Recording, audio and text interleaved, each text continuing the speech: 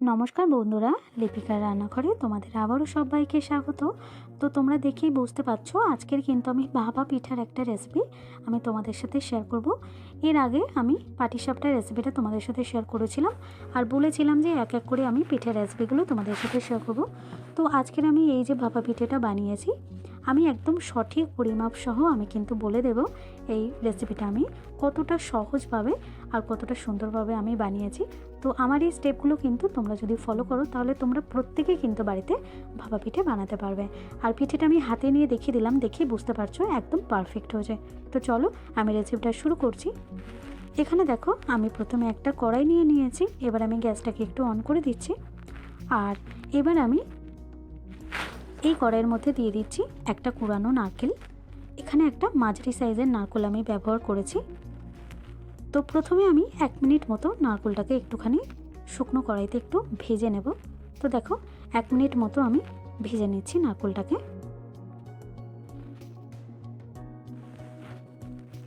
কাঁচা নারকেল দিয়ে ভাপা পিঠে বানানোর থেকে কিন্তু নারকেল ভেজে নিয়ে এরকম সুন্দরভাবে পুর বানিয়ে যদি ভাপা পিঠে বানানো যায় কিন্তু অত্যন্ত সুস্বাদু হয়।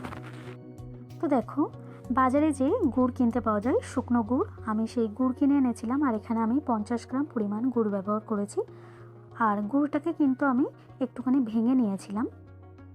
তো দেখো গুড়টা নারকেলের মধ্যে দিয়ে আমি কিন্তু প্রায় 2 থেকে 3 মিনিট কিন্তু একটু ভালো করে একটু নারকেলের সাথে মাখিয়ে নেওয়ার পর কড়াইতে এবার আমি এর মধ্যে দিয়ে দিচ্ছি 1 মুঠো চিনি। তো আমি এখানে গুড়ের পরিমাণটা একটু কম ব্যবহার করেছি, তাই আমি অল্প একটু চিনি ব্যবহার করলাম। আর চিনিটা দিয়ে দেওয়ার পরও আরও 1 মিনিট কিন্তু এইভাবে সুন্দর করে নারকেলের পুরটা আমি রেডি করে নেব। তো দেখো আমি একটা ছোট থালাতে আমি পুরটাকে একটু ঠান্ডা হতে দিয়েছি আর এবার আমি আসল কাজটা সেরে ফেলছি। তো এখানে দেখো আমি একটা স্টিলের গামলাতে আমি স্টিলের চায়ের কাপে 4 কাপ পরিমাণ আমি এখানে চালের গুঁড়ো নিয়েছি। বাজারে যে শুকনো চালের গুঁড়ো কিনতে পাওয়া যায় সেই গুঁড়ো নিয়েছি। এবার এর মধ্যে পরিমাণ মতো লবণ দিয়ে দিলাম। লবণটা মাখিয়ে নেওয়ার পর শুকনো অবস্থায় তারপরে উষ্ণ গরম জল হালকা হালকা করে দিয়ে আমি কিন্তু এবার চালের গুঁড়োটা কিন্তু রেডি করে নেব। তো অবশ্যই করে তোমাদের কাছে একটা রিকোয়েস্ট, তোমরা কিন্তু জলটা কিন্তু একবারে না দিয়ে এরকম অল্প অল্প করে দিও। আর দেখো এরকম শুকনো শুকনো মতো থাকবে চালের গুঁড়োটা। যে কাপে আমি 4 কাপ চালের গুঁড়ো নিয়েছি সেই কাপে কিন্তু আমি 1 কাপ জল ব্যবহার করেছি। তো দেখো এবার আমি এরকমভাবে সুন্দর করে মাখিয়ে নেওয়ার পর আমি এটাকে রেস্টে রেখে দিচ্ছি প্রায় 15 মিনিটের মতো। তো 15 মিনিট অবশ্যই করে এটা রেস্টে রেখে দিতে হবে। এইবার দেখো এখানে আমি একটা মাটির বাসন ব্যবহার করেছি। এই মাটির বাসনের উপরে এবার আমি কিন্তু এই যে চালের গুঁড়িটা আমি রেডি করে নিয়েছিলাম গরম জল ছিটিয়ে, সেটাকে আমি কিন্তু এবার একটু চেলে নেব। তার জন্য আমি এখানে একটা স্ট্রেনার ব্যবহার করছি বা স্টিলের ছাঁকনি।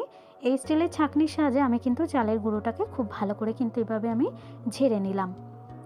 তো দেখো চালের গুঁড়োটা কিন্তু একদম ঝরঝরেভাবে রেডি হয়ে গেছে, দেখে বোঝা যাচ্ছে না যে এর মধ্যে জল ব্যবহার করা রয়েছে। তো ঠিক এরকম পরিমাপ নিয়ে কিন্তু চালের গুঁড়িটা রেডি করে নিতে হবে। এবার দেখো এখানে আমি একটা বাটিতে একটা পরিষ্কার কাপড় ভিজিয়ে রেখেছি। এখানে আমি বাটার সিল্ক কাপড় ব্যবহার করছি, তাই এর মধ্যে থেকে রং ওঠার কোনো চান্স নেই। তোমরা চাইলে যদি সুতির কাপড় ব্যবহার করো তাহলে কিন্তু অবশ্যই সাদা কাপড় ব্যবহার করতে হবে। আর ওদিকে আমি প্রেসার কুকারে জলটাকে ফুটতে দিয়েছি। এবার আমি প্রথমে কাপড়টাকে এরকম চিপে চিপে জল বার করে নিয়ে এক সাইডে রেখে দিচ্ছি। আর এবার আমি পিঠেগুলোকে রেডি করে নেওয়ার জন্য এখানে একটা শুকনো বাটি নিয়েছি, বাটিতে যেন একটু জল না থাকে। এবারে আমি একটু শুকনো চালের গুঁড়ি বাটিটার মধ্যে ছড়িয়ে সেটাকে একটু রেখে দিলাম এক সাইডে। আর এবার আমি যে ভেজা চালের গুঁড়িটা রেডি করে নিয়েছিলাম সেটাকে এবার এইভাবে আমি রেডি করে নিচ্ছি। তো এখানে আমার বাটিটা কিন্তু চ্যাপ্টা নয়, একটু গভীরতা মতো আছে, সেই জন্য কিন্তু আমি 2টো লেয়ারে ব্যবহার করব। তোমরা যদি কোনো পাতলা চ্যাপ্টা বাটি ব্যবহার করো তাহলে কিন্তু অবশ্যই এই পুরটাকে কিন্তু একটা লেয়ারে দিতে পারো, কোনো অসুবিধা নেই তাতে। তো দেখো প্রথমে আমি চালের গুঁড়িটা দেওয়ার পর পুরটা দিয়ে দিলাম, তারপরে আবারও একটু চালের গুঁড়ি দিয়ে দিলাম, তারপর আবারও আমি ওপর থেকে একটু নারকেলের পুর দেবো, আর সবশেষে আমি ওপর থেকে আবারও চালের গুঁড়ি দিয়ে দেবো। পুর যত কিন্তু বেশি ভরা হবে ততই কিন্তু এই পিঠের টেস্টটা কিন্তু একদম দুর্দান্ত লাগবে। তো দেখো এইভাবে আমি সুন্দর করে পিঠেগুলোকে রেডি করে নেব। এবার আমি ওপর থেকে আবারও দিয়ে দিচ্ছি চালের গুঁড়ি, আর সবশেষে কিন্তু আমি একটু হাত দিয়ে হালকা হাতে একটুখানি প্রেস করে দেব। একদম হালকাভাবে এরকম একটু প্রেস করে দিলাম। আর এইবার যে কাপড়টা আমি রেডি করে নিয়েছিলাম সেই কাপড়টা এবার আমি ওপর থেকে দিয়ে দেবো। তো তার আগে আমি একটুখানি আমার এই চালের গুঁড়ির পাত্রটা আমি একটুখানি সরিয়ে নিচ্ছি। তো দেখো এইভাবে আমি ওপর থেকে কাপড়টাকে এইরমভাবে ফেলে দিলাম। আর এবার আমি সুন্দরভাবে এভাবে বাটির মধ্যে সেট করে দিয়ে এইভাবে আমি 1 থেকে 2 বার এরমভাবে পেঁচিয়ে নিলাম, যাতে কি হয় যে বাটির মধ্যে কিন্তু চালের গুঁড়িটা একদম সেট হয়ে বসে যায়। এবার দেখো আমি প্রেসার কুকারের ঢাকনা সরিয়ে নিলাম। আর এবার যে স্টিলের ছাঁকনিটা এর মধ্যে দিয়ে দিলাম। আর উপর থেকে এবার উপর করে আমি বাটিটাকে এর মধ্যে দিয়ে দিচ্ছি। এবার আস্তে আস্তে করে কাপড়টা সরিয়ে আমি বাটিটাকে তুলে নেব। আর এটাকে আমি মুড়িয়ে ভাপে হতে দেব প্রায় 4 থেকে 5 মিনিটের মতো। অবশ্যই করে কিন্তু একটু বেশি সময় ধরে কিন্তু ভাপে দিতে হবে, তবেই কিন্তু চালের গুঁড়িটা একদম ভেতর থেকে পুরো সেদ্ধ হয়ে যাবে, নাহলে কিন্তু ভেতরে কাঁচা থেকে যেতে পারে আর একদম ভালো লাগবে না তালে পিঠেটা। তো দেখো 4 থেকে 5 মিনিট পর আমি এবার ঢাকাটা খুলে নিচ্ছি।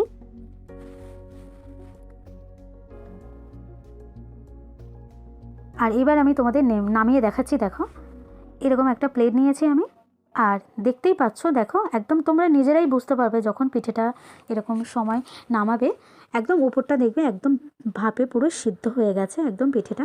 তো চলো এইভাবে আমি সমস্ত পিঠেগুলো রেডি করে নিলাম। তো আমার এই রেসিপিটা যদি তোমাদের ভালো লেগে থাকে তাহলে প্লিজ আমার চ্যানেলটাকে একটু সাবস্ক্রাইব করা অনেক রিকোয়েস্ট হলো। আর তোমরা প্লিজ বাড়িতে এই রেসিপিটা একবার ট্রাই করো। আর রেসিপিটা বানানোর পর অবশ্যই আমাকে একটুখানি কমেন্টে জানিও রেসিপিটা তোমাদের কেমন লেগেছে। তো চলো আজ এই পর্যন্তই, সবাইকে টাটা।